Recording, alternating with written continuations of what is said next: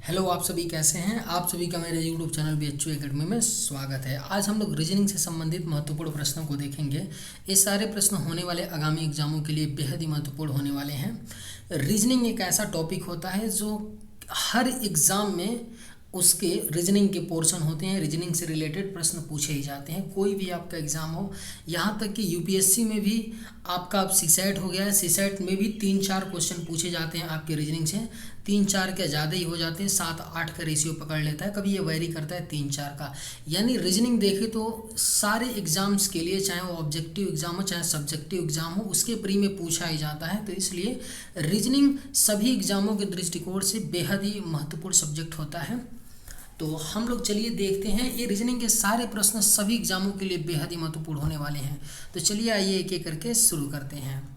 नीचे दी गई श्रृंखला श्रेणी में प्रश्नवाचक चिन्ह के स्थान पर कौन सी संख्या आएगी। आपसे सीरीज का एक प्रश्न दिया गया है और पूछा जा रहा है कि क्वेश्चन मार्क के स्थान पे क्या आएगा।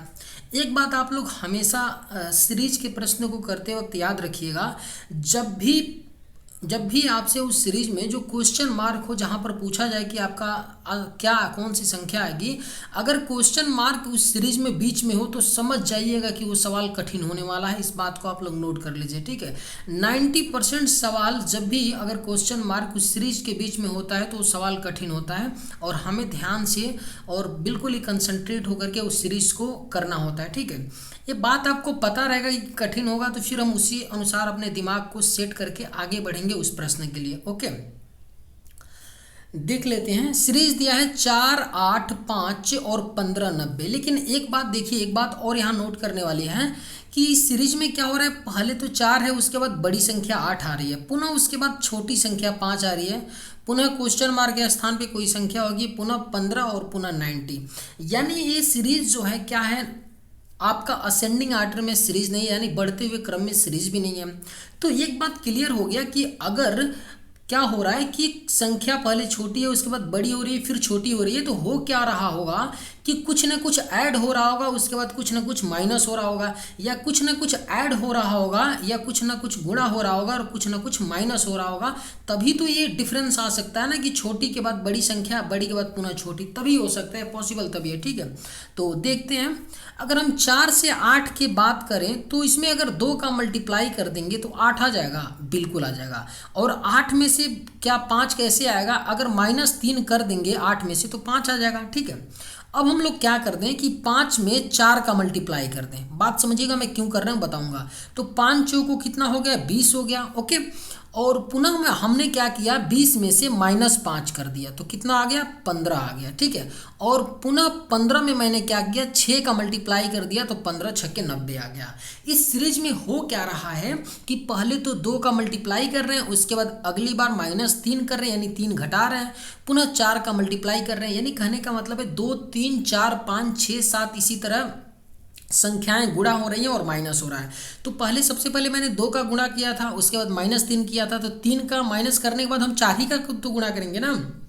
तो जब 5 में 4 का गुणा करेंगे तो क्वेश्चन मार्क के स्थान पे क्या आ जाएगा, 20।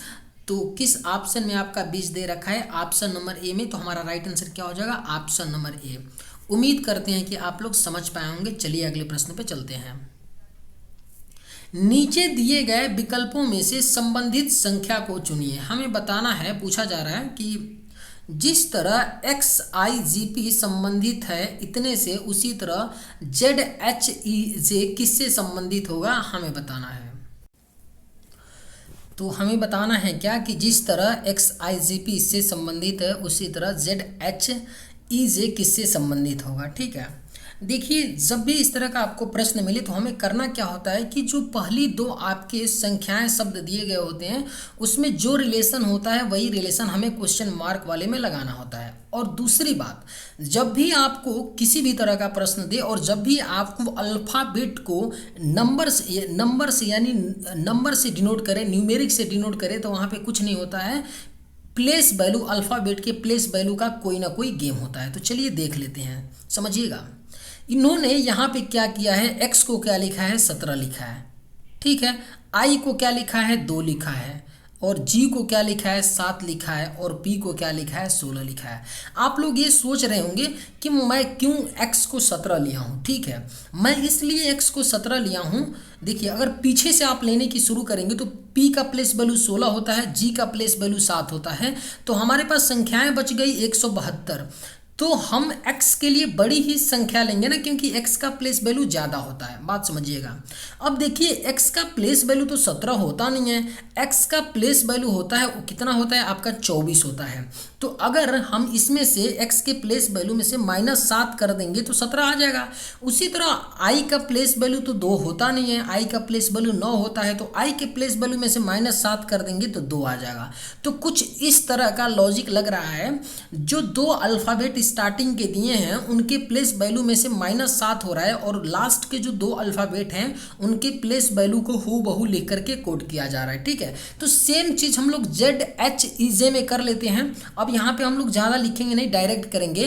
Z का प्लेस वैल्यू कितना होता है 26 होता है, और 26 में से -7 करेंगे तो 19 हो जाएगा। समझिएगा। H का प्लेस वैल्यू कितना होता है 8 होता है, और 8 में से -7 करेंगे तो 1 हो जाएगा। और E का प्लेस वैल्यू कितना होता है 5 होता है, और J का प्लेस वैल्यू 10 होता है। तो आपका 191 510 किस ऑप्शन में है, ऑप्शन नंबर डी में। तो हमारा राइट आंसर क्या हो जाएगा, ऑप्शन नंबर डी। उम्मीद करते हैं कि आप लोग समझ पाए होंगे। चलिए अगले प्रश्न पे चलते हैं। नीचे दिए गए प्रश्न आकृति में लुप्त संख्या ज्ञात कीजिए। आपको एक डायग्राम दिया है जिसमें आपका क्या है 9 7 9 5 4 7 43 26 और क्वेश्चन मार्क के स्थान पे क्या आएगा हमें बताना है। देखिए हम कैसे बताएंगे कि क्वेश्चन मार्क के स्थान पे क्या आएगा, तो इसको समझने के लिए एक बात समझिए।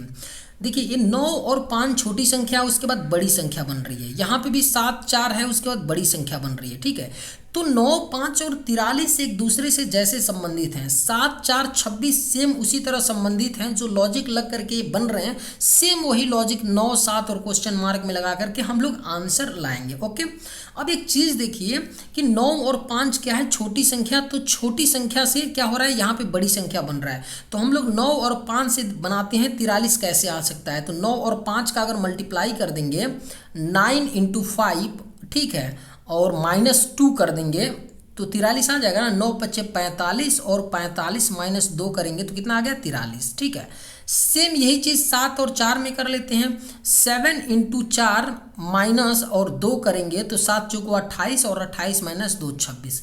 यानी कुछ नहीं हो रहा है, जो ऊपर की 2 संख्याएं हैं उनका मल्टीप्लाई हो रहा है और -2 हो रहा है। तो 9 और 7 का मल्टीप्लाई कर लेते हैं और -2 कर लेते हैं तो कितना आ जाएगा 9 × 7 = 63, और 63 - 2 बराबर क्या आ जाएगा 61। तो हमारा राइट आंसर क्या हो जाएगा 61 के इस ऑप्शन में दिया है, ऑप्शन नंबर डी में। उम्मीद करते हैं कि आप लोग समझ पाए होंगे। चलिए अगले प्रश्न पे चलते हैं। किसी निश्चित सांकेतिक भाषा में आर्ग्यू को YPESC लिखा जाता है, तो उसी सांकेतिक भाषा में डायग्राम को कैसे लिखा जाएगा। ठीक है, देखिए आपको अल्फ़ाबेट से प्रश्न पूछा गया है, और इसको यह भी जो प्रश्न होता है ना प्लेस वैल्यू को ही हम ध्यान में रख करके इस प्रश्न को, इस तरह के प्रश्नों को करते हैं। होता क्या है कि जब भी आपको अल्फ़ाबेट से अल्फ़ाबेट कोड किया जाता है तो इसमें होता क्या है, जनरली जो भी अल्फ़ाबेट आपको जैसे आर्ग्यू दिया है तो कुछ नहीं होगा। आर्ग्यू के जितने भी आपके अल्फ़ाबेट हैं ना उनके प्लेस वैल्यू में से कोई संख्या घट रहा होगा, और घट करके उसके बाद घटने के बाद जो नंबर आ रहा होगा उसका अल्फ़ाबेट लिखा जा रहा होगा और उसी से कोड किया गया होगा। सिंपल यही लॉजिक लगता है और कुछ नहीं होता है। 99% केसेस में यही होता है और कुछ नहीं होता है। जैसे मैं आपको बताता हूँ एक चीज़। देखिए अगर आप लोग ए को देखेंगे तो ए से वाई बन रहा है। समझिएगा, ए से वाई कैसे हो सकता है, अगर हम लोग ए में से -2 कर देंगे तो वाई आ जाएगा। ठीक है, आर का प्लेस वैल्यू 18 होता है, 18 में से अगर -2 करेंगे तो कितना होता है 16, 16 किसका होता है पी का होता है। जी का प्लेस वैल्यू 7 होता है, और 7 में से 2 माइनस करेंगे तो 5 बचेगा, 5 किसका प्लेस वैल्यू होता है ई का होता है। यू का प्लेस वैल्यू 21 होता है, और 21 में से 2 माइनस करेंगे तो क्या आएगा 19, और 19 किसका प्लेस वैल्यू होता है यस का। ई का प्लेस वैल्यू 5 होता है, 2 माइनस करेंगे तो प्लेस कितना बचेगा 3, और 3 किसका होता है प्लेस वैल्यू सी का। यानी समझ में आ गया आपको। अब आप लोग एक थोड़ा कंफ्यूज हो रहे होंगे कि ए में से -2 किया तो वाई कैसे आया। देखिए एक बात समझिए, जिस तरह जेड के बाद, देखिए जिस तरह ए के बाद बी आता है, बी के बाद सी आता है, उसी तरह वाई के बाद जेड आता है, जेड के बाद हम लोग सीधे स्टार्टिंग पे आ जाते हैं, ए पे आ जाते हैं। ए के बाद बी, उसी तरह ए से अगर हमको बैक चलना होगा, समझिएगा, जब जेड से हम ए पे आ रहे हैं, एक्स वाई जेड के बाद हम सीधे अगर रीजनिंग के पर्सपेक्टिव से देखेंगे तो हम लोग किस पे आ जाते हैं, ए पे आ जाते हैं, पुनः बी पे आ जाते हैं। तो उसी तरह अब जब हम वाई जेड से हम ए पे आ रहे हैं तो बैक चलेंगे, तो ए से -1 करेंगे तो जेड ही पे आएंगे, -2 करेंगे तो वाई पे आ जाएंगे। तो इसी चीज़ को यहाँ पे किया गया है, ठीक है। तो सेम चीज़ हम लोग कर लेते हैं, -2 डायग्राम में कर लेते हैं, हम डायरेक्ट करेंगे, ज़्यादा सोचना नहीं है। डी का 4 -2 करेंगे तो 2 बचेगा, 2 किसका है, बी का। अब एक चीज़ मैं आप लोग को बोलना चाहूँगा, समझिएगा मैं क्या बोल रहा हूँ। आप लोग थोड़ा ऑप्शन से भी प्ले करना सीखिए, ये बहुत ज़रूरी है कि आप ऑप्शन से भी प्ले करना सीखें। मैंने केवल डी का निकाला, डी का देखा कि बी आ रहा है, डी को मैंने जब कोड किया तो बी आ रहा है, और बी से स्टार्टिंग होने वाला केवल ऑप्शन ए है, कोई भी और ऑप्शन नहीं है। तो हमारा राइट आंसर क्या हो जाएगा, ऑप्शन नंबर ए। बिना कुछ किए हम, बिना पूरा सॉल्व किए, बिना पूरे के लिए कोड किए ही हम क्या करेंगे, ऑप्शन ए मार करके निकल जाएंगे। आप करेंगे भी तो भी वही आएगा। आई का कितना होता है 9, 2 माइनस करेंगे 7, 7 किसका होता है, जी का। ए का कितना होगा 1 -2 करेंगे तो वाई आ जाएगा। जी का 7 -2 करेंगे तो कितना आ जाएगा 5, 5 किसका होता है, ई का होता है। और आर 18 होता है, -2 करेंगे 16, 16 पी का होता है। ए सिर्फ आया पुनः तो वाई हो गया, यम 13 तो 11 के। देखिए मिला लीजिए, बी जी वाई ई पी वाई के, ठीक है। तो इतना करने की आपको ज़रूरत नहीं है। जब ऑप्शन को भी देख करके आप प्रश्न को एग्जाम में सॉल्व कीजिएगा, मॉक दीजिएगा, तो आप लोग ऑप्शन को भी थोड़ा ध्यान में रख करके चलिएगा। उम्मीद करते हैं कि आप लोग समझ पाए होंगे। चलिए अगले प्रश्न पे चलते हैं। उस वेन आरेख का चयन करें जो दिए गए वर्गों के बीच संबंध को सर्वोत्तम रूप से दर्शाता है। क्या दिया गया है, पुरुष पिता एडवोकेट दिया है, ठीक है। इनके लिए हमको क्या करना है, डायग्राम बनाना है। इनमें कॉमन क्या हमें मिल रहा है, पुरुष पिता और एडवोकेट में हमें पुरुष कॉमन मिल रहा है, ठीक है। तो पुरुष के लिए एक हम डायग्राम बना लेते हैं, ठीक है, ऐसा कुछ, ठीक है ना। ये क्या हो गया आपका पुरुष, पुरुष का मतलब क्या हो गया, ऐसे लिख लेते हैं, यहाँ पे पुरुष बन गया, ठीक है। अब समझिएगा, जितने भी पिता बनेंगे लोग वो तो पुरुष ही तो होंगे ना। तो इसके अंदर मैंने क्या किया, पिता बना लिया। ऐसा तो है नहीं ना कि जो पिता बनेगा वो औरत होगी, फीमेल होगी, ऐसा होगा नहीं ना बच्चों, बिल्कुल नहीं होगा। तो जितने भी पिता लोग होंगे वो पुरुष ही तो होंगे ना। तो जाहिर सी बात है पिता पुरुष के अंदर होगा। अब बात समझिएगा, अब एडवोकेट की बात आती है तो पुरुष भी एडवोकेट हो सकता है, महिलाएं भी एडवोकेट हो सकती हैं, है ना। एडवोकेट का मतलब वकील। तो अब समझिए कि जो कुछ एडवोकेट होते हैं वो पुरुष भी होते हैं और पिता भी तो होते हैं। तो हमारा कुछ इस तरह से डायग्राम बनेगा। यहाँ पे क्या कर लेंगे, एडवोकेट, ठीक है। तो इस तरह का डायग्राम किस ऑप्शन में दिया है, ऑप्शन नंबर बी में। तो हमारा करेक्ट आंसर क्या हो जाएगा, ऑप्शन नंबर बी। उम्मीद करते हैं कि आप लोग समझ पाए होंगे। चलिए अगले प्रश्न पे चलते हैं। P Q से लंबा है और R S से लंबा है। यदि S Q से लंबा है लेकिन P से छोटा है और P R से छोटा है, सबसे लंबा कौन है, ठीक है। पूछ रहा है आपसे कि सबसे लंबा कौन है। देख लेते हैं। देखिए आपसे ये पूछ रहे हैं कि सबसे लंबा कौन है, तो हमारे पास कोई ऑप्शन नहीं बचता है। हमें करना क्या होता है, जब भी ऐसा प्रश्न अगर आपको मिले तो कुछ नहीं करना होता है। जैसे जैसे भैया बोल रहे हैं क्वेश्चन वाले, वैसे वैसे हमको आगे प्रोसेस करना है, क्योंकि इसमें कोई लॉजिक नहीं दिख रहा है कि हम तुरंत इसको मार के निकल जाएंगे कि भैया सबसे लंबा कौन होगा उसको करके निकल जाए। पॉसिबल नहीं है, थोड़ा मुश्किल है। थोड़ा बहुत तो आपको पेन कलम चलाना पड़ेगा, देखना पड़ेगा, ठीक है। चलिए करते हैं। बोला गया है पी क्यू से लंबा है, कोई बात नहीं, पी क्यू से लंबा है यानी पी ग्रेटर देन क्यू, ठीक है। और बोल रहे हैं कि आर यस से लंबा है, कोई दिक्कत नहीं, बना लेते हैं। आर क्या है, यस से लंबा है, ठीक है। अब बोल रहे हैं पुनः यदि यस क्यू से लंबा है, यस क्या है, क्यू से लंबा है, यानी कि जो यस है, समझिएगा मैं अलग बना रहा हूँ, यस क्या है, क्यू से लंबा है, ओके। पुनः कर रहा है, बोल रहा है कि लेकिन पी से छोटा है। यस क्या है, पी से छोटा है, पी से छोटा है यानी पी बड़ा है यस से, और यस क्या है, क्यू से लंबा है। अब बोला गया है और पी आर से क्या है, छोटा है, यानी पी आर से छोटा है यानी कि पी से बड़ा आर होगा, तभी तो ऐसा हो सकता है। तो हमसे पूछा गया है कि सबसे लंबा कौन है, सबसे लंबा कौन है। एक हमको यहाँ पे आर पी एस क्यू बन गया और इसमें सबसे लंबा हमको आर ही तो दिख रहा है ना। तो हमारा राइट आंसर क्या हो जाएगा, option number A will be correct answer. उम्मीद करते हैं कि आप लोग समझ पाए होंगे। चलिए अगले प्रश्न पे चलते हैं। नीचे दिए गए विकल्पों में से संबंधित शब्द को चुनिए।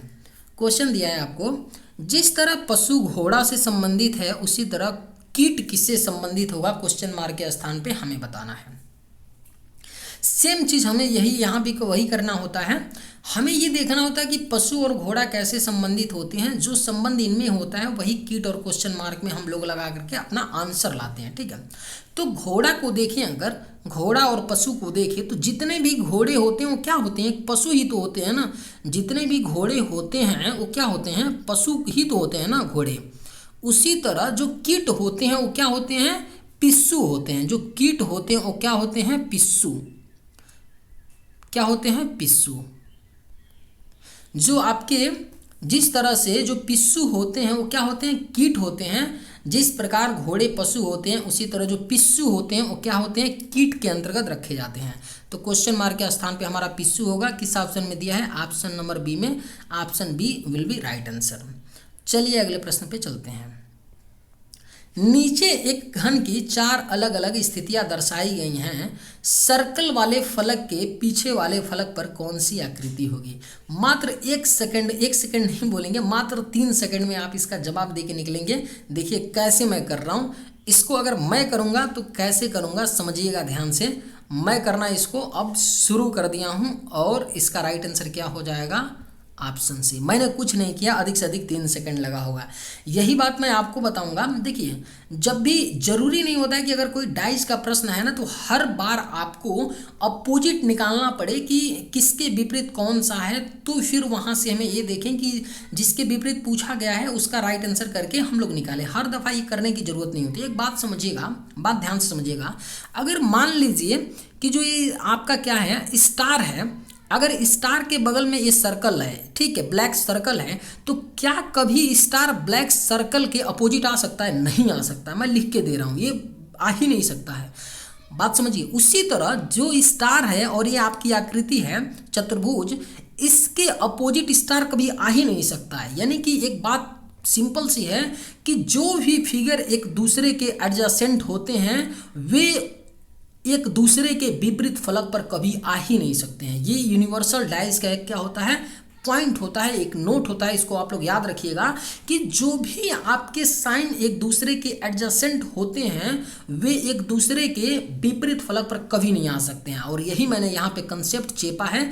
मैंने देखा एक चीज़ कि पूछा है कि गोले वाले के विपरीत फलक पर क्या होगा। तो मैं पहला डाइस देखा कि गोला है, इसमें ट्रायंगल है, सर्कल है, खाली सर्कल। तो इसमें देखा कि भाई खाली सर्कल ऑप्शन ए में है, तो ये तो हो नहीं सकता है क्योंकि ब्लैक सर्कल और खाली सर्कल एक दूसरे के एडजेसेंट हैं। तो खाली सर्कल आपका ब्लैक सर्कल के विपरीत आ नहीं सकता है। उसी तरह मैं क्या देखा, दूसरे डाइस में तो हमको सर्कल ब्लैक है नहीं, तो वहाँ से मैं कुछ नहीं किया। पुनः मैं तीसरा डाइस देखा तो मैं देखा जो ब्लैक सर्कल है और जो आपका चतुर्भुज है एक दूसरे के एडजेसेंट हैं। तो ऑप्शन बी में भी आपका चतुर्भुज दे रखा है, तो वो तो एक दूसरे के विपरीत आएगा नहीं ब्लैक सर्कल के। इसी तरह सेम मैंने ऑप्शन नंबर डाइस नंबर 4 को देखा तो ब्लैक सर्कल था और स्टार था, ठीक है, ब्लैक सर्कल और स्टार था। तो यहाँ पे मैं देखा कि भाई एडजेसेंट स्टार और ब्लैक सर्कल हैं, तो ऑप्शन नंबर डी में स्टार है, ये तो ब्लैक सर्कल के विपरीत आ नहीं सकता है। तो केवल ऑप्शन नंबर हमारा सी बचा। तो ऑप्शन सी क्या हो जाएगा, करेक्ट आंसर। इसको आप लोग अपोजिट से भी करके करेंगे तो भी यही आंसर आएगा, इसमें बदलाव होने वाली नहीं है। लेकिन मैं सलाह दूंगा कि उतना माथा पेची आप लोग मत कीजिए, ठीक है, क्योंकि जो प्रश्न आप आसानी से सॉल्व करके निकल जाते हैं वहाँ पे रगड़ने की क्या ही जरूरत है। रगड़िए वहाँ पे जहाँ पे अच्छे प्रश्न मिले, वहाँ पे रगड़िए, टाइम दीजिए। यदि संख्या 5, 3, 1, 7, 8, 4, 6 के प्रत्येक विषम अंक में 2 जोड़ा जाता है, ओके, और प्रत्येक सम अंक से 1 घटाया जाता है, तो इस प्रकार बनी नई संख्या में बाईं ओर से दूसरे और दाईं ओर से दूसरे स्थान पर मौजूद अंकों का योग कितना होगा। कुछ नहीं, बोला है कि आपका बाईं ओर से दूसरा क्या होगा, 3 होगा, और बोला है दाईं ओर से दूसरा 4 होगा। और विषम अंक में क्या जोड़ते हैं, 2 जोड़ते हैं, तो 3 विषम अंक है तो इसमें 2 जोड़ देते हैं। और सम अंक में से 1 घटाते हैं, 4 सम है तो 1 माइनस कर दिया, तो 3, 2, 5, और 5 में से 4 में से 1 गया 3, 5, 3, 8। तो हमारा राइट आंसर क्या हो जाएगा, ऑप्शन नंबर 8। हम लोग ज़्यादा माथा पेची इसमें भी नहीं करेंगे। ऐसा नहीं हम लोग करेंगे कि 5, 3, 1, 7, 8, 4, 6 को लिख करके इसमें इसके विषम अंक में क्या करें हम कि 2 जोड़ें और क्या करें, इसके सम अंक में से एक घटाएं। ऐसा हम लोग करके नहीं करेंगे पूरा, क्योंकि हमें इतना करने की ज़रूरत नहीं है। मैंने ये देखा, बात समझिएगा ध्यान से, मैंने ये सोचा कि जाहिर सी बात है कि हमें क्या पूछ रहा है कि लास्ट का पूछ रहा है, मतलब बाईं से यानी लेफ्ट से दूसरा पूछ रहा है। तो दूसरा मैंने देखा 3 है, यानी 3 क्या है, विषम है, तो उसमें 2 जोड़ देंगे। और पुनः वो बोला है कि दाईं ओर से दूसरा 4 है, यानी सम है, उसमें से 1 मैंने घटा दिया और जोड़ दिया। इन्हीं का योग आपसे पूछा था। तो 3 2 5 और 5 + 3 बराबर कितना हो गया, 8। 8 हमारा राइट आंसर हो जाएगा। उम्मीद करते हैं कि आप लोग समझ पाए होंगे। चलिए अगले प्रश्न पे चलते हैं। सी बी की पत्नी है, ई सी का बेटा है, ई ए बी का भाई है और डी का पिता है, तब ई का डी के साथ क्या संबंध है। आप लोग अपना सुझाव हमें दे सकते हैं कि कहीं कुछ क्वेश्चंस के लेवल अच्छे नहीं हैं, या फिर क्वेश्चंस के लेवल मॉडरेट हैं, या और क्वेश्चंस हमें तगड़ा रखना चाहिए। आप लोग अपने सुझाव दे सकते हैं कि हमें क्या सुधार करना चाहिए, मैं उस पर काम करूंगा। या आप लोग किसी पर्टिकुलर, जैसे अभी सीजीएल का एग्ज़ाम होने वाला है, रेलवे का एग्ज़ाम होने वाला है, तो आप लोग पर्टिकुलर किसी भी एग्ज़ाम के लिए रीजनिंग बोलेंगे तो उस एग्ज़ाम के लिए मैं रीजनिंग भी लेकर के आऊँगा। आप लोग अपना जो भी राय होगा उसे साझा जरूर कीजिएगा। और एक बात ज़रूर बताइएगा कि अगर आपको क्वेश्चंस बहुत इजी लगते होंगे तो ही ये बताइएगा कि हम क्वेश्चन का थोड़ा लेवल बढ़ाएं। देखिए ये वाला आपका प्रश्न किस टॉपिक से है, ये आपका प्रश्न है ब्लड रिलेशन से। और ब्लड रिलेशन के जो क्वेश्चंस होते हैं ना, वाकई में बहुत अच्छे होते हैं। थोड़ा बहुत जो आपके जो संबंध की जानकारियां हैं ना, वो अच्छी नहीं रहेगी ना, तो फिर तो फंस जाएंगे। समझ रहे हैं कि नहीं। लेकिन एक तरीका इसका जो बेसिक वाला तरीका होता है कि आप ट्री बना करके निकलिए, ठीक है। तो ट्री बना करके निकलना बेहद ही ईजी होता है, और उससे प्रश्न का गलत होने का संभावना बहुत कम हो जाता है, ठीक है। तो चलिए हम लोग ट्री मेथड से इसको करेंगे। और क्या बोल रहे हैं कि सी क्या है, बी की पत्नी है। कोई बात नहीं भैया, मैं बना लेता हूँ सी को बी की पत्नी। एक बात समझिएगा, अगर मान लीजिए कोई पति पत्नी है तो उसके बीच में 2 डंडी खींचेंगे, ठीक है। ट्री का एक कंसेप्ट होता है, तभी तो हमको पता चलेगा ना कि सी और बी पति पत्नी है, ओके। और मान लीजिए कोई भाई बहन है तो उनके बीच में 1 डंडी खींचेंगे, ओके। कोई पिता है किसी का तो उसके बीच में भी 1 डंडी खींचेंगे, लेकिन वो लोग ऊपर हो जाते हैं, वो अलग बात है, ठीक है। अब बोल रहा है कि ई क्या है, सी का बेटा है। कोई बात नहीं, सी का एक बेटा है, कौन है भैया, ई हैं सी के बेटे, ठीक है। बेटा है तो प्लस कर देते हैं। ए बी का भाई है, ये क्या है, बी का भाई है, कोई बात नहीं बना लेते हैं भाई है। और डी का पिता है, ये क्या है, तो डी का पिता है, कोई बात नहीं डी का पिता है। लेकिन डी का जेंडर क्लियर नहीं है, तो लड़का भी हो सकता है लड़की भी हो सकता है। तो पूछा जा रहा है तब ई का डी के साथ क्या संबंध है, ई का डी के साथ क्या संबंध है, ठीक है। अब देखिए ए और बी क्या हैं, भाई हैं। और तो जाहिर सी बात है कि बी का जो लड़का होगा और ए का जो लड़का होगा एक दूसरे के क्या लगेंगे, चचेरे भाई लगेंगे। तो हमसे पूछा था कि ई का डी के साथ क्या संबंध है, तो ई क्या है, डी का चचेरा भाई है। तो हमारा राइट आंसर क्या हो जाएगा, ऑप्शन नंबर डी, चचेरा भाई। उम्मीद करते हैं कि आप लोग समझ पाए होंगे। चलिए अगले प्रश्न पे चलते हैं। एक आदमी 5 किलोमीटर दक्षिण की ओर चलता है। देखिए उसका डायरेक्शन का प्रश्न है, और जब भी डायरेक्शन का प्रश्न मिले तो मैं सलाह आपको एक बात का दूंगा कि आप लोग पूरा मत पढ़िए, ठीक है। शुरू में पूरा मत पढ़िए, और पूरा ना पढ़ के आप सीधे लास्ट में एक बार आइए और ये देखिए कि पूछ क्या रहा है। पूछा है कि वह आरंभिक स्थान से किस दिशा में है, डायरेक्शन पूछ रहा है। और डायरेक्शन में भी एक मज़ेदार चीज़ है कि यहाँ पे दक्षिण और पश्चिम के साथ साथ जो बीच की डायरेक्शन होती है दक्षिण पश्चिम, उसको भी दे रखा है। तो हमें बेहद ही सावधानी बरतनी होगी। मैं इसलिए नहीं बोला कि आप पूरा क्वेश्चन शुरू से पढ़िए, इसलिए नहीं बोला क्योंकि जब आप करना शुरू करेंगे तो आपको पढ़ना पड़ेगा शुरू से। तो आप पहली बार एक बार पढ़ के आप टाइम मत खराब कीजिए। आप अल्टीमेटली ये देखिए कि आपका जो फोकस होना चाहिए किस चीज़ पे होना चाहिए। तो हमारा जो फोकस होना चाहिए डायरेक्शन पे विशेष ध्यान हम लोग रखेंगे, और जो किलोमीटर डिस्टेंस दिया उस पर भी ध्यान रखेंगे। इसलिए ध्यान रखना पड़ेगा क्योंकि यहाँ पे बीच का भी डायरेक्शन दे रखा है। एक बात आप लोग और भी पता होना चाहिए, आप लोग जानते भी होंगे, ऊपर नॉर्थ होता है, नीचे साउथ होता है, इधर ईस्ट होता है, इधर वेस्ट होता है, और ये बीच के जो डायरेक्शन होता है इसको क्या बोलेंगे, नॉर्थ वेस्ट बोलेंगे, ओके। और जो इसके बीच का होगा उसको साउथ वेस्ट यानी कि दक्षिण पश्चिम, यानी इसी तरह इधर भी होगा इधर भी होगा, ठीक है। ये बेसिक बात है, आप सभी को पता होगा। तो चलिए देखते हैं क्या बोल रहे हैं। बोले हैं कि एक आदमी 5 किलोमीटर दक्षिण की ओर चलता है। ठीक है भैया, कोई बात नहीं, मैं 5 किलोमीटर इनको साउथ की तरफ मैं चला देता हूँ, ओके। 5 किलोमीटर मैंने साउथ की तरफ इनको चला दिया। अब बोल रहे हैं भैया कि और बोल रहे हैं कि और फिर दाएं ओर मुड़ता है और 3 किलोमीटर चलता है। यहाँ से वो क्या किए, दाएं मुड़ जाते हैं और 3 किलोमीटर चलते हैं। मैं एक चीज़ बोला आप लोगों से था, समझिएगा ध्यान से कि आप लोग डाटा पे ध्यान दीजिएगा। इसलिए मैं बोला क्योंकि ये जो डंडी है ना, अब ऐसा नहीं है कि 3 किलोमीटर है तो ये डंडी 5 किलोमीटर से आप लंबी बना दीजिए, फिर तो आपका क्वेश्चन ही गलत हो जाएगा। इसलिए 5 किलोमीटर के लिए इतनी बड़ी डंडी है तो 3 किलोमीटर के लिए उसी के हिसाब से छोटा रखिए, ठीक है, नहीं तो आपका क्वेश्चन गड़बड़ हो जाएगा। बोला है कि 3 किलोमीटर चलने के बाद वह बाएं ओर मुड़ता है और 5 किलोमीटर चलता है। बाएं मुड़ा दिए और 5 किलोमीटर इनको चला देते हैं। अब जाहिर सी बात है 5 चलेगा तो जो ऊपर वाली डंडी थी उतना ही इसकी भी डंडी की लंबाई होगी।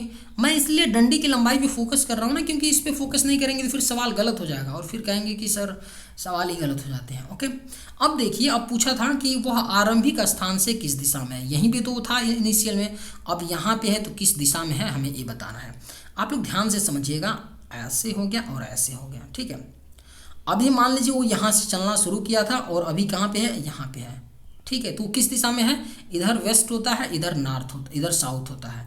तो किधर है, दक्षिण और पश्चिम में। मान लीजिए मैं यहाँ से एक डंडी खींच देता हूँ, सपोज करिए समझाने के लिए, एक डंडी मैं खींच दिया, तो अब यहाँ से वो किस दिशा में पड़ेगा आपका, इसी दिशा में तो पड़ेगा ना, यानी इस दिशा में, इस इधर पड़ेगा, यानी इधर कौन सा होगा आपका, दक्षिण और पश्चिम दिशा में।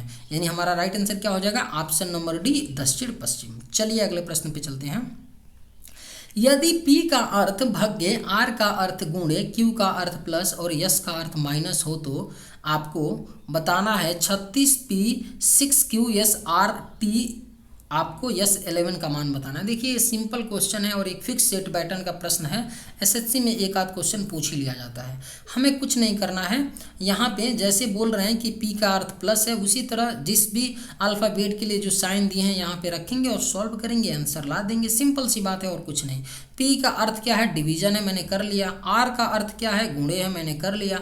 Q का अर्थ प्लस है, मैंने बना लिया Q का अर्थ प्लस, ठीक है। और S का अर्थ माइनस है, मैंने कर लिया। सॉल्व कर लेते हैं, 6 6 36 हो गया, 6 प्लस 8 7 56 हो गया, 56 माइनस 11, ठीक है। तो कितना हो गया, 56 4 60 और 62 हो गया, या 62 माइनस 11 कर लेंगे तो कितना आ जाएगा, 51 आ जाएगा। 62 माइनस 11 बराबर 51। 51 किस ऑप्शन में दिया है, ऑप्शन नंबर बी में, तो हमारा राइट आंसर क्या हो जाएगा, ऑप्शन नंबर बी। उम्मीद करते हैं कि आप लोग समझ पाए होंगे। चलिए आज के वीडियो में बस इतना ही। अगर आप लोग को ये वीडियो पसंद आए तो एक लाइक ज़रूर कीजिएगा। थैंक्स।